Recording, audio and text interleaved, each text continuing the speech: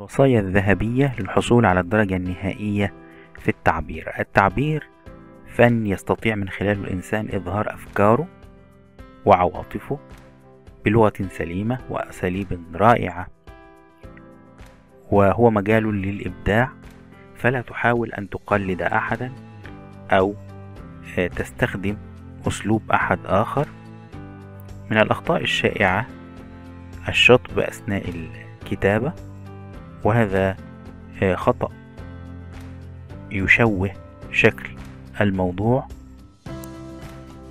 ثانيا، لابد من التركيز في الموضوع وكتابة المقدمة ونقاط، أفكار فرعية متسلسلة وخاتمة. لابد من الاستشهاد ببعض الآيات أو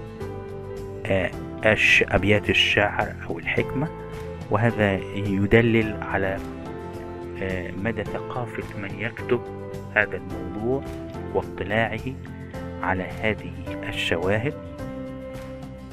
اكتب وكأنك تكتب قصيدة شعرية، بمعنى أن تكتب بتؤدة وبهدوء وباستغراق، وحاول أن تعبر عن نفسك.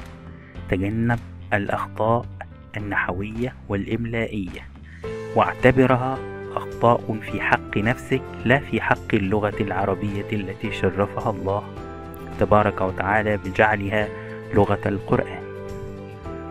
لا تقلد أحدا، ولا تكتب موضوعا محفوظا بمقدمة محفوظة أو نهاية محفوظة.